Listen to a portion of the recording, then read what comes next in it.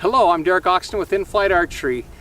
What I've got for you today is I'm going to do a demonstration on a real goose with a small game head made by G5. It's a real popular head for small game and stuff, but I want to demonstrate how it performs on something like a formerly live goose.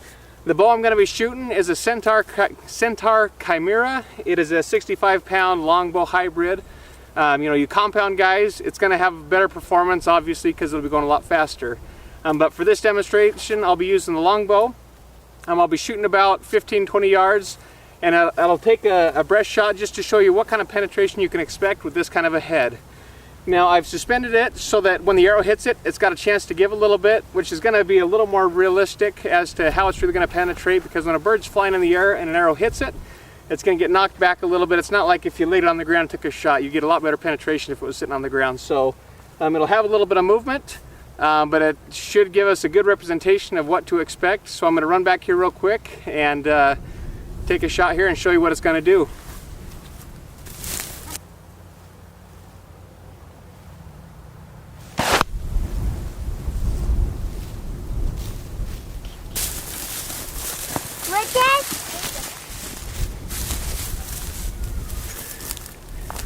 So as you can see, I made a great shot right in the middle, or low on the breast. If one were flying past you or coming into you, you're a real good chance of hitting that kind of a spot.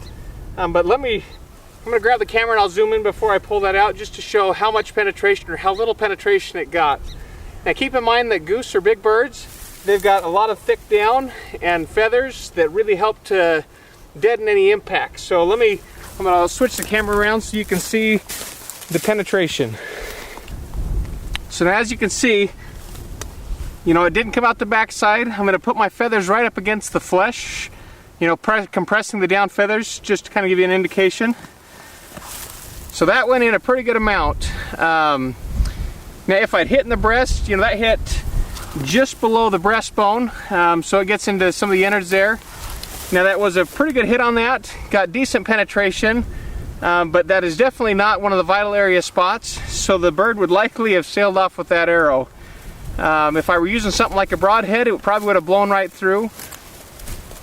But it just goes to show how tough these birds are, on a relatively close bird, that it didn't do more damage. Now just for fun, I'll turn the bird sideways and give you a kind of a wing shot just to see how that does.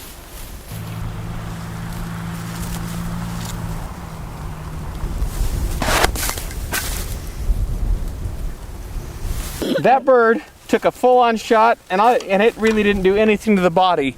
Their wing feathers, they're tough. They are, you go out and hunt with this 12 gauge, and they can take a lot of BBs before it'll knock them down. So, on that shot with the wing tucked here, that G5 didn't do anything, made no penetration at all. And that's probably a little bit better illustration than that low front breast shot. If you could get that shot and make it, it's got a chance to bring the bird down. You hit something like the wing or back in the tail feathers if he's going away, you're not going to bring that bird down, or not very likely.